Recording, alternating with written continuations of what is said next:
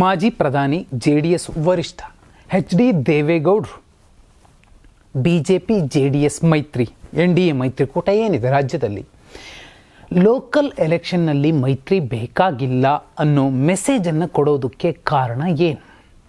ವಿಜಯೇಂದ್ರ ಅವರು ಕೊಟ್ಟಂತಹ ನಾವು ಸ್ವತಂತ್ರವಾಗಿಯೇ ಗೆದ್ದು ಬರ್ತೀವಿ ಅನ್ನೋ ಮೆಸೇಜ್ ಏನು ಕೊಟ್ಟಿದ್ರು, ಆ ಮೆಸೇಜ್ಗೆ ಪೂರಕವಾಗಿ ಟಾಂಗ್ ಕೊಟ್ಟಿರಬಹುದು ಅನ್ನುವಂತಹ ಒಂದು ಚರ್ಚೆಗಳಿದ್ದ ಸಂದರ್ಭದಲ್ಲೇ ಈಗ ಹರಿದಾಡ್ತಿರುವಂತಹ ವಿಚಾರ, ಗೋವಾದ CM ಪ್ರಮೋದ್ ಸಾವಂತ್ ಅವರು ಕರ್ನಾಟಕದತ್ತ ಕಾದು ಕೂತಿದ್ದಾರೆ.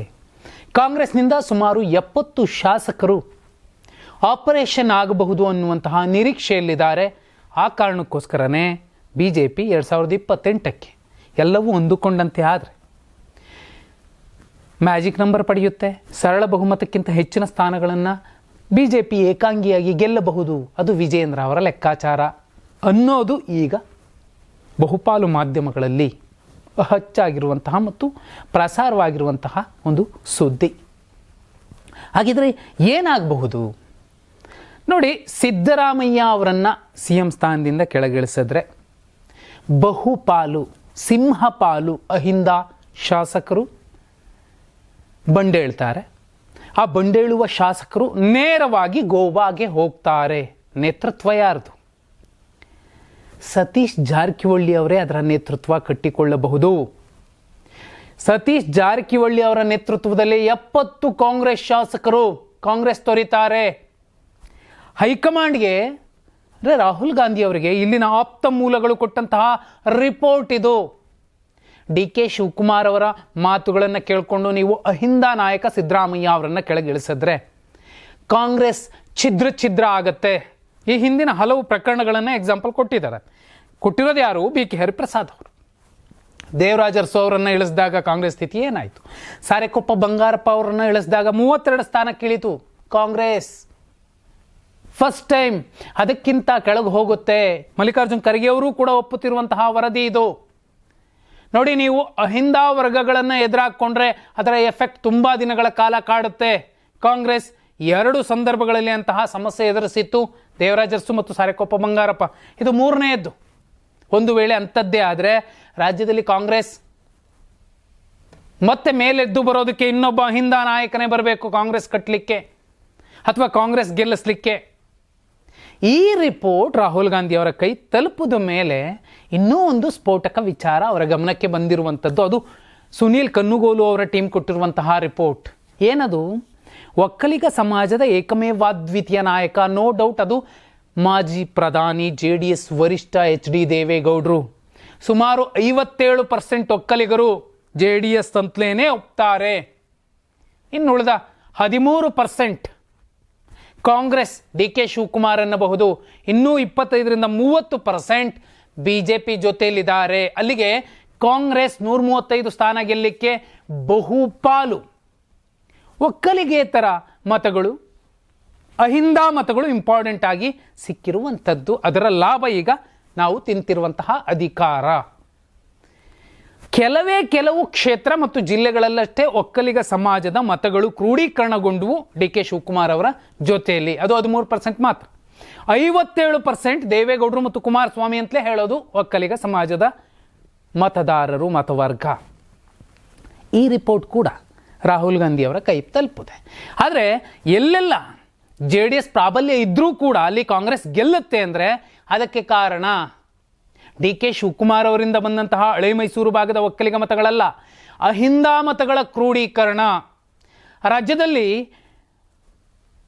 ಕುರುಬ ಮತ್ತು ಮುಸಲ್ಮಾನ ಹಳೆ ಮೈಸೂರು ಭಾಗದಲ್ಲಿ ಮತ್ತು ಉತ್ತರ ಕರ್ನಾಟಕ ಭಾಗದಲ್ಲಿ, ಕರಾವಳಿ ಭಾಗದಲ್ಲಿ ಮುಸ್ಲಿಂ ಮತ್ತು ಈಡಿಗ, ಹೀಗೆ ಬಯಲುಸೀಮೆಯಲ್ಲಿ ಮುಸ್ಲಿಂ ಮತ್ತು ಗೊಲ್ಲ, ಹೀಗೆ ಹಲವು ಪ್ರಾಂತ್ಯಗಳಲ್ಲಿ ಹಿಂದುಳಿದ ವರ್ಗ ಮತ್ತು ಮುಸಲ್ಮಾನ ವರ್ಗಗಳ ಕ್ರೋಢೀಕೃತ ಮತಗಳು ಕಾಂಗ್ರೆಸ್ಗೆ ಬಿದ್ದ ಕಾರಣ 135 ಸ್ಥಾನಗಳನ್ನು ಪಡೆಯೋದಕ್ಕೆ ಸಾಧ್ಯ ಆಯಿತು. ಇಲ್ಲ ಅಂದಿದ್ರೆ ಅದು ಕೂಡ ಸಾಧ್ಯ ಆಗ್ತಿರಲಿಲ್ಲ.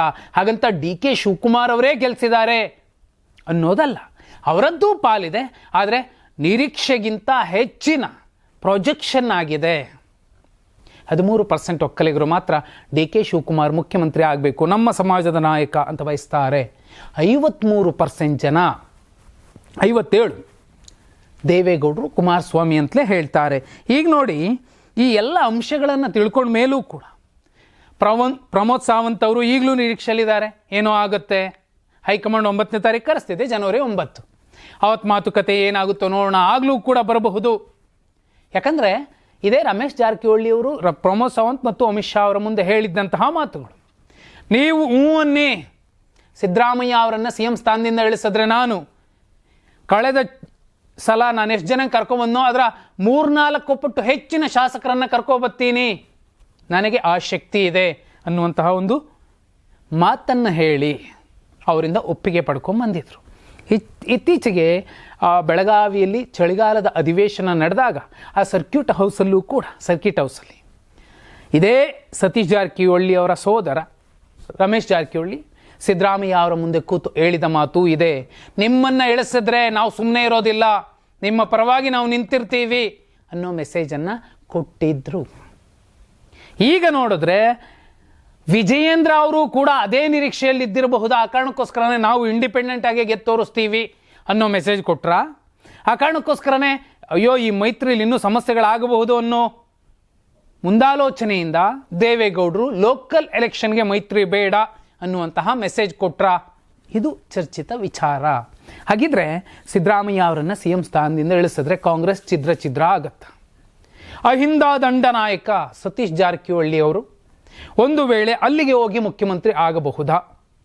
ಡಿ ಕೆ ಶಿವಕುಮಾರ್ ಅವರು ಅತ್ಯಂತ ಸಹನೆ ಮತ್ತು ಸಂಯಮದಿಂದ ವರ್ತಿಸಲೇಬೇಕಾಗತ್ತೆ.